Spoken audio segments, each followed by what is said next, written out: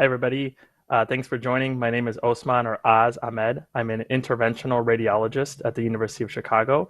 And today I have the pleasure of presenting to you all updates in liver-directed therapy for liver tumors. So just a brief review, interventional oncology is essentially a subset of interventional radiology, which encompasses a variety of minimally invasive image-guided methods to treat cancer. Essentially, what we're trying to do is target tumors directly to minimize the collateral damage. It's not considered surgery because everything we do is basically through a tiny pinhole. It's either a small puncture of a blood vessel or directly with a very small needle through the skin. And because of that, that leads to quicker recovery times and a shorter length of a hospital stay as well. So what are the procedures that sort of encompass interventional oncology? We can sort of divide them up into two broad categories. The first are what we call intra-arterial procedures, where we're actually trying to kill the tumor from the inside of the body by placing very small, like around 1 millimeter in size, catheters or tubes into the blood vessels that feed the tumors. And when we get our catheter to that position, we can deliver a variety of agents directly to the tumor. And those agents can include particles, chemotherapy, or radiation. And depending on what we inject, that's sort of the name of the procedure. So if we just inject particles, that's called bland embolization. If we inject chemotherapy directly to the tumor, that's called chemoembolization. And if we inject radiation, that's called radioembolization, or also known as Y90. Then the other broad category is what we call percutaneous procedures. And percutaneous is what I mentioned before, where we go directly into the tumor. And that's essentially where we take a needle directly through the skin, put it into the cancer, and then destroy it using usually thermal energy, which is either heat or cold. And that procedure is called percutaneous ablation. I have the opportunity or the privilege to take care of a lot of patients with neuroendocrine cancer. And the reason is that frequently NET patients with metastatic disease often have metastatic disease to the liver because that's sort of one of the primary areas that the cancer tends to spread to. And fortunately for us, at least from an interventional oncology perspective, the liver is an organ that we can treat with both of our intra-arterial or our percutaneous methods that we discuss. So let's focus a little bit about percutaneous ablation. Since we're going to be talking about updates that are coming out in IR, there's been a lot of advancements in percutaneous ablation. And ablation is really an attractive option when possible because it has very good outcomes. The ability to sort of directly put a needle into a tumor really minimizes the collateral damage because you can essentially kill the tumor and get a very small rim or margin of normal tissue around it. And what's great about ablation is that it actually has very good response rate. It's almost the equivalent of surgically removing the tumor without sort of the morbidity of having a large surgery. And because of that it has curative potential, just like surgically removing tumors does. Unfortunately, not all patients are candidates for ablative therapies. There's some restrictions of who we can do ablation for. In addition, ablation can be challenging, and this is why we're seeing a lot of innovation in this field because there's still a lot of sort of things that prevent us from being able to do ablation for patients. Sometimes it's difficult to visualize tumors. Sometimes these tumors are near critical structures like blood vessels or other adjacent organs that prevent us from doing ablation. And then we also still have to puncture the skin. And even though it's minimally invasive, that itself carries a risk of bleeding or infection. So what are the updates that we're going to discuss today?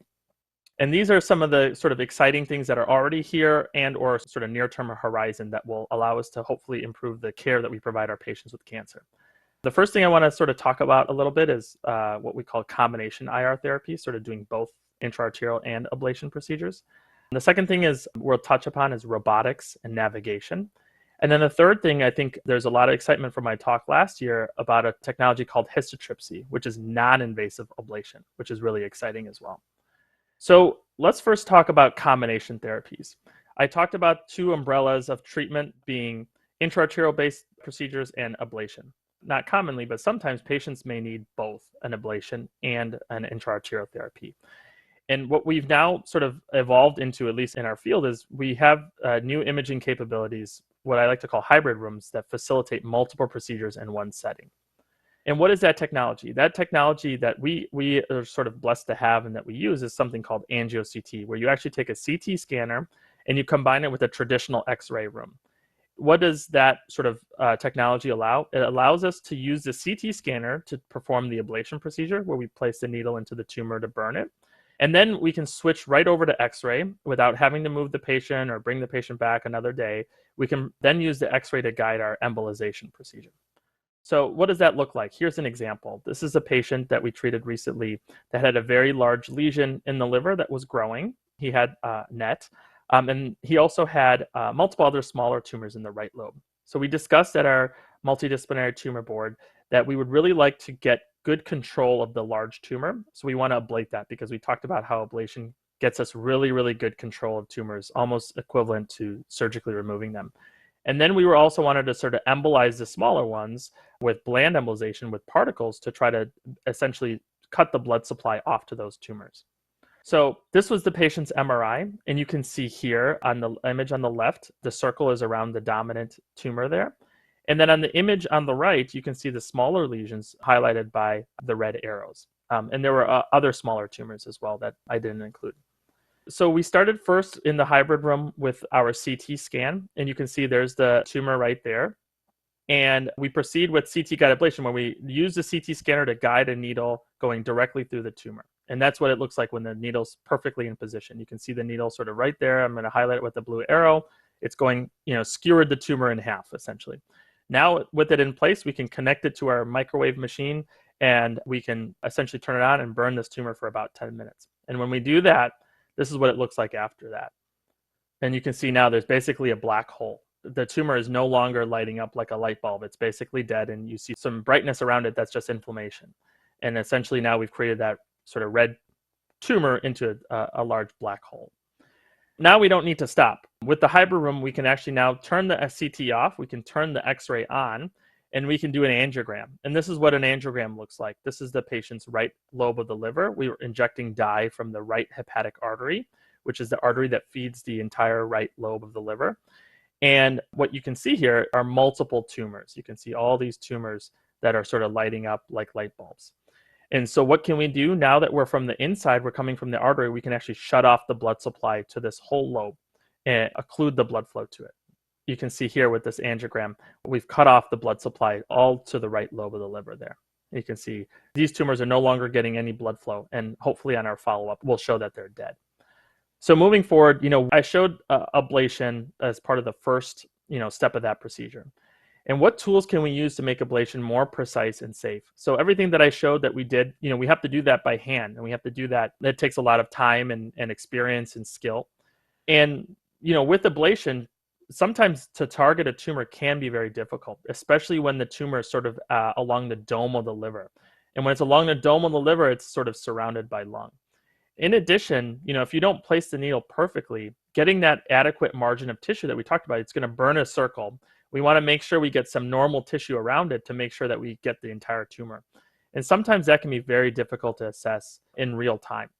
Here's just a sort of cartoon showing some of the challenging areas that we treat. And the dome of the liver there at the top, that's really one of the hardest places to sort of get a needle in to do ablation because it sort of runs along the top of the liver where there's mostly lung sort of surrounding it.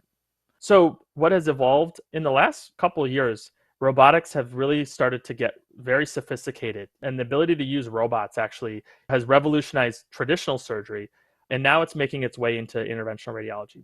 In the past, robotic systems really didn't do well because they weren't able to account for a patient's respiratory motion. So essentially, when they would breathe, the robot couldn't really understand how to sort of adjust the needle trajectory. And so robots in the past have really not done well.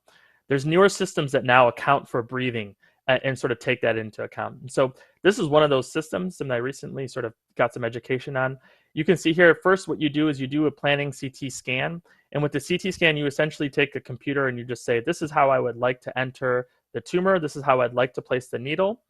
Then the robot essentially just goes exactly to that position, and it has a hole through it. And through the hole, you basically place the needle and you just push it straight through the robot because the robot has aligned you perfectly in the trajectory that you need to go. And then you do a follow-up CT scan, and the needle is essentially exactly where you planned it to be. You can see the yellow is where we sort of drew a computer trajectory, and the needle is right under it, that white line there. I don't have this technology currently, but this is really what I think is on the horizon for a lot of folks to treat these tumors very accurately. And this is just a picture of one of the robotic systems that are on the market today. So let's also talk about, tumors that are near critical structures. So most ablation that we do for cancer is what we call thermal. And that means we either use some sort of heat or cold energy to kill the tumor.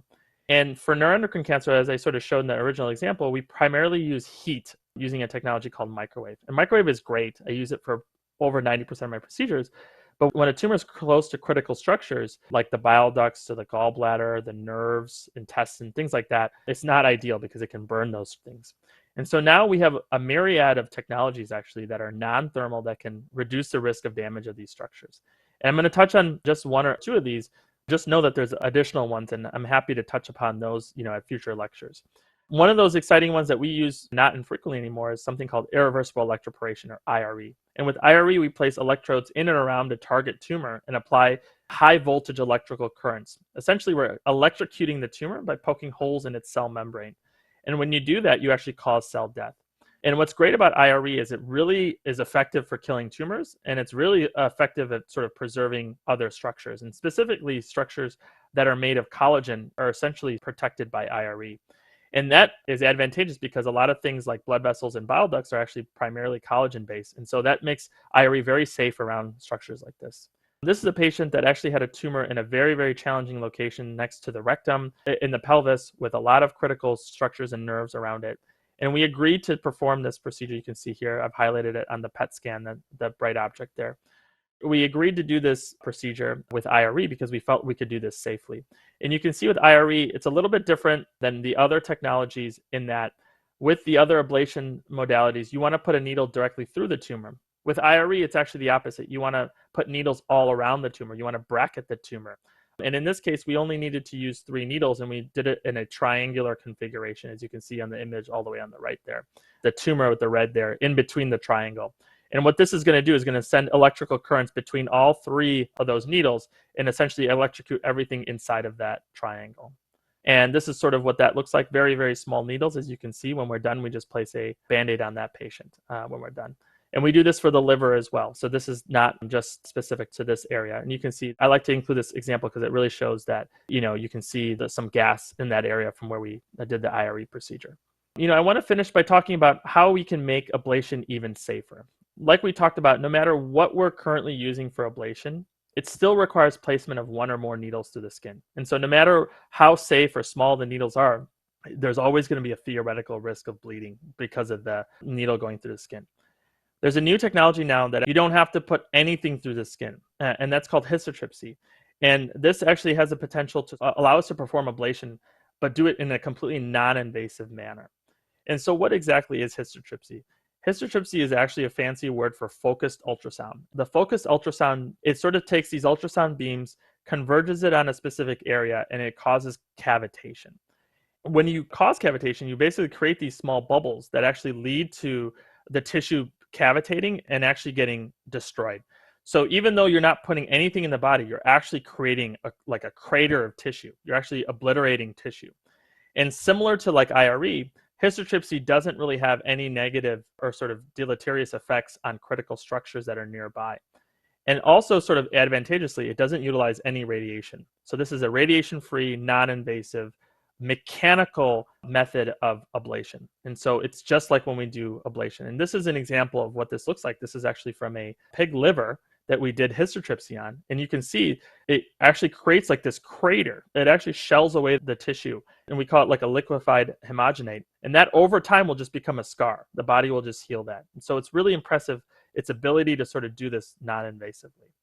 So as a background, I talked about this last year a little bit. The first in-human studies were completed in Europe, and the first trial in the United States is still underway. We're fortunate to be one of those 10 sites that's performing histotripsy currently. The trial is still actively going on right now, and this is sort of what a procedure looks like. You can see here the red circle is sort of over where we target the tumor. You can see what looks like a thunderstorm there. Those are all the ultrasound beams, but they're only converging on that red arrow. And so that's really only where you're going to get that cavitation. Similar to those sort of robotic systems that I talked about, the histotripsy also comes on its own robotic arm that goes over the patient as well. This is an example of what you can sort of expect to see. And we talked about how it can sort of shell away or sort of cavitate tumor. And you can see here that there's sort of a cavity of treated tumor. And this is interesting because you can actually see a vessel running right through it. So even though there's a vessel running right through the tumor, the histotripsy didn't impact it at all. The vessel is widely patent there. What's on the near horizon with histotripsy? I think people are really excited about this. I get many questions, and I love talking about this technology. I'm very interested in it. I think the company is still hoping for an FDA approval very soon. When I say very soon, like imminently, definitely sometime this year is my hope for that. And having the commercial device will allow us to offer this treatment to more patients. And what's very interesting about this is that on the oncology side of things, there's been a lot of excitement about new therapies called immunotherapies, where you actually sort of use the immune system to attack tumors. And some tumors don't respond well to immunotherapies because the immune system, for whatever reason, the tumor can sort of defend itself from the immune system. What's interesting about histotripsy is that these tumors can actually sort of unlock the immune system by sort of destroying the tissue, releasing tumor antigens, sort of waking up a hibernating immune system and sort of being synergistic with immunotherapies to treat tumors. So it's very early still, but we think that there's tremendous potential there. So in conclusion, interventional therapies or interventional oncology includes a subset of non-surgical treatments that directly target tumor to minimize collateral damage. That's really the primary thing we're trying to do. We're trying to treat directly the tumor without really any systemic side effects. We use both intraarterial methods and percutaneous, directly through the skin methods. And those percutaneous methods, as we talked about, include various types of ablation to place needles directly into them to destroy them.